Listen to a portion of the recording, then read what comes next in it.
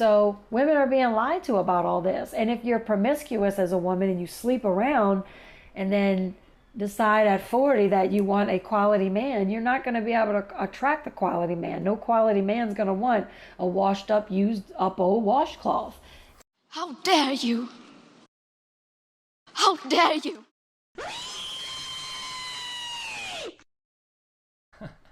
No quality man's gonna want a washed up, old, used up washcloth. I love it. So feminism's been lying to women, destroying women. Women are more unhappy than they've ever been before, and I think that has a lot to do with why our divorce rate is so high. Women are not staying in the role of a woman. You know, they're trying to wear the pants, and it's unnatural. It's not the way we're biologically made. Women were biologically made to be nurturing, emotional, caring, compassionate, loving. You know, we bear the children. Every person watching this video, a woman carried you for 9 months in her womb. A woman went through all the aches and pains, the nausea and vomiting, the weight gain and the back aches. I could go on and on. It is not easy carrying a child. And then every one of us was, a woman gave birth to all of us, every one of us. Okay, she had to go through the labor and the delivery of having us. And, you know, for the lucky ones out there, your mom stuck around and took care of you after, which is even harder, you know. But women have a very important job. And feminism taught them that, you know, don't do that job. You can be more than that. You can be so much more than just someone spitting out kids for some man. And, you know, it's all a lie, because women's most important job is having children, being mothers. That's what we're biologically made to do. You know, it's the most important job a woman will ever have. Not saying it's the only thing a woman can do, but it's her most important job above everything else. So, Yeah, I totally agree with that. And again, I know that there's certain cases where there's women that grow up and they don't want children or whatever. So I understand those exceptions as well. But I agree with her. The most important job in the world would be a great mother. Just think about that, guys. If you had a great mother, the chances of you have, I mean, obviously, I would say that having two great parents would be huge. But just think about if all mothers were so loving and caring, like if they really took that as like that's such an important job, I think so many people would be happier. I know there's exceptions to this rule, but I would agree with her, and she's a mother, so she would know a lot more about this than myself, but it makes sense from things that I've looked at and studied. They're not staying in the role as women anymore. They're trying to wear the pants. They're trying to be really masculine and dominant, and that just doesn't work. It's unnatural, because the man is supposed to be that way. You can't have two people in the relationship like that. It's like I said, it's very unbalanced and unnatural, and it's just not going to last. The marriage is not going to last like that. And also, women being in the workforce, I think that has done a lot of damage to marriages, you know, because at a time, years and years and years back, women stayed home. They had the children, and back then women had an average of 5 children. I think in the 50s, the average American family had 5 or more children. Nowadays, the average married American family has 1.5 to 2 children tops.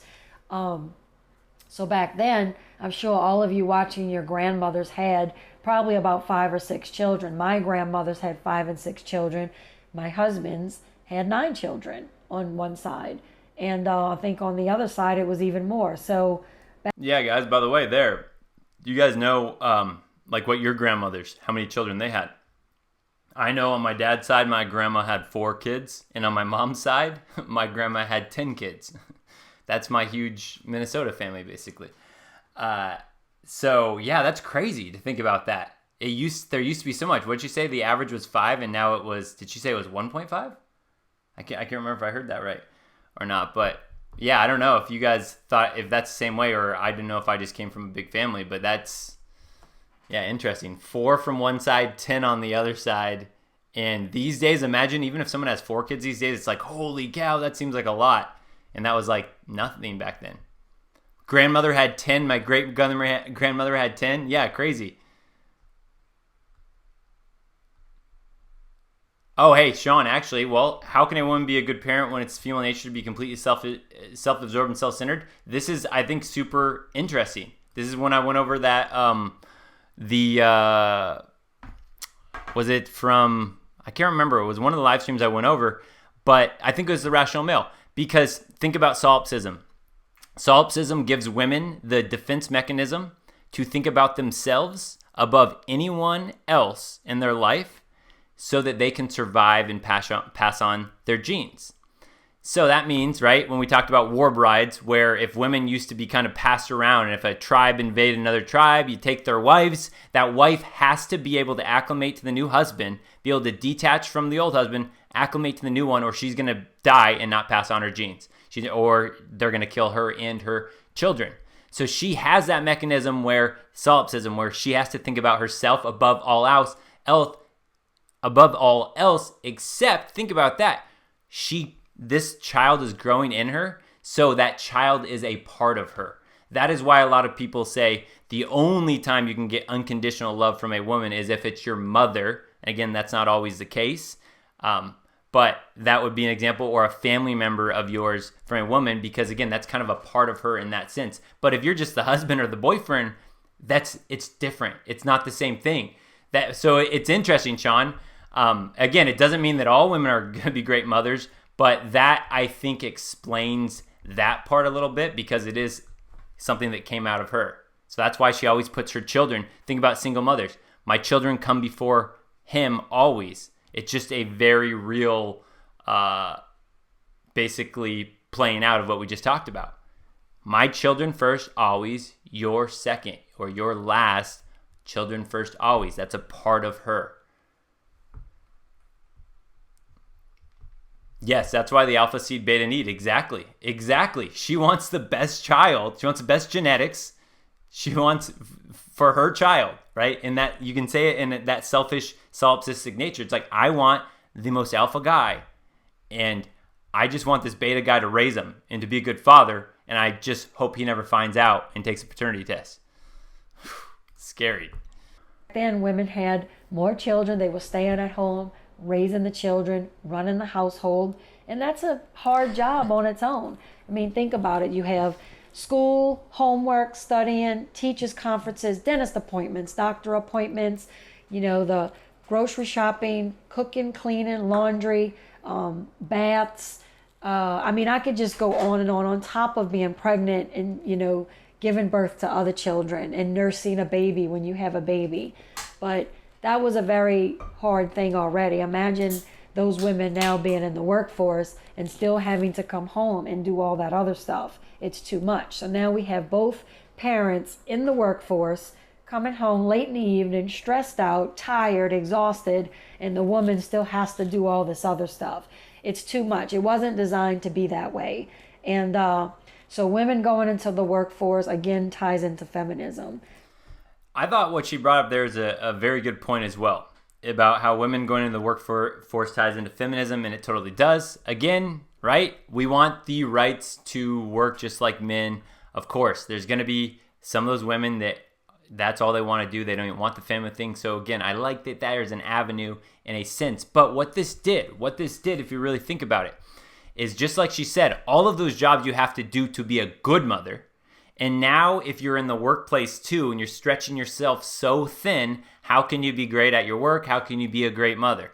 It's too dang hard. So what happened? When all women flooded the workplace, what did that do? This was a ploy from the people up above, the rich bankers and the crazy psychopaths at the very, very top of the top. Because, let's see, if we can convince women that they need to come out and work and they can work, well, guess what? Now we have twice as many people fighting for the same amount of jobs. We can now pay people less. So back in the day when you could have one guy that could support a family of 5, 6, 7, 8, 9, or even 10, there was less competition in the workplace. So then these men took home more that they could use to provide for their family. Now think about how crazy this is, how, inception based this is of why it's such a mess. Because now you have women in the workplace now also fighting for equality. Now we need women CEOs on every board. We need a blah, blah, blah. Joe Biden picks his VP because it's a female. All of these things, right? Well, when you think about hypergamy and you understand hypergamy, a woman will never date down. We all know this. Women know this too. They will never date down. So let's think about it simply. What happened? Oh, now we have twice as many people in the workforce. The men don't make enough to be able to provide for their whole families like they used to because wages are split. Now women are making just as much as men, and women won't date equal or down, or very rarely will they date equal. So what are they doing? They're looking for up above, because now women are also in the workforce.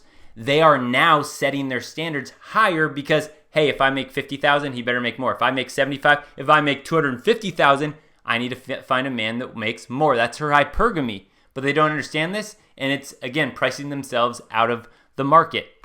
So, again, now it's impossible to be a good mother when you're spread that thin, especially if you're like a single mother doing all of that stuff.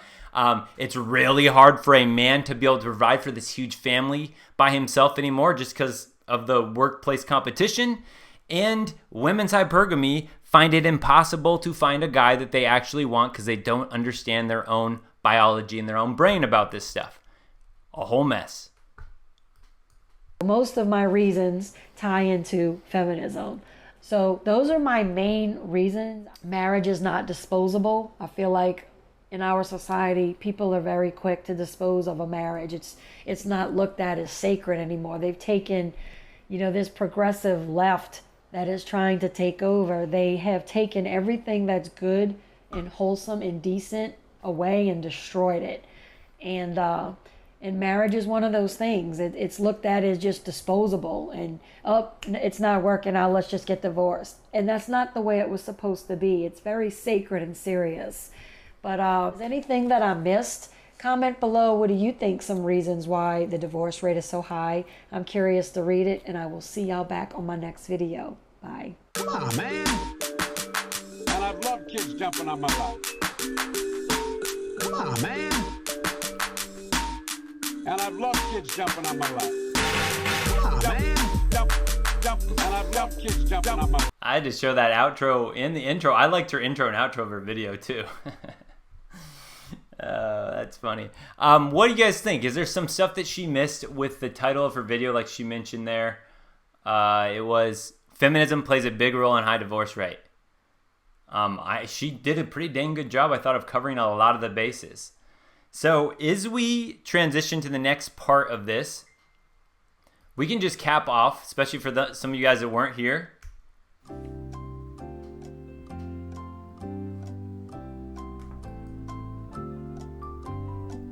So how much did you guys find that you agreed with her after this?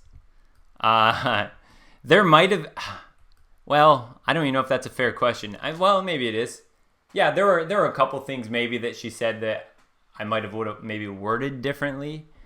But, again, I thought she did a good job for this title, for this video, for understanding where she's at, looking at this.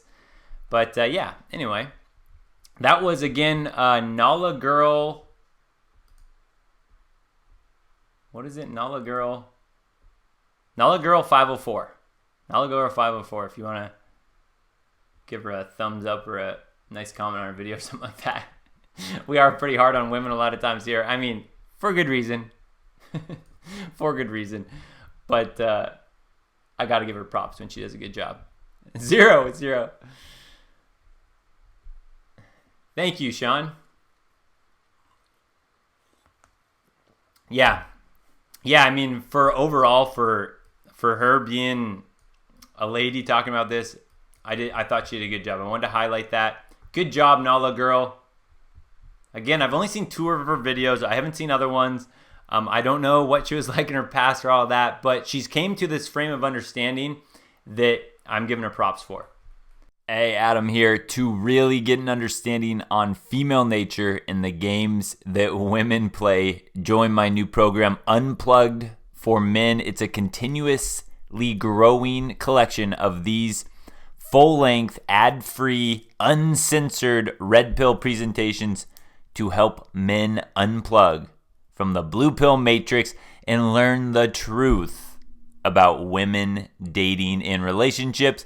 Plus, when you join, you get access to our Unplugged community for men. You can download the app. You can look at it on your phone, on your iPad, anything with internet access. So join now. See you inside.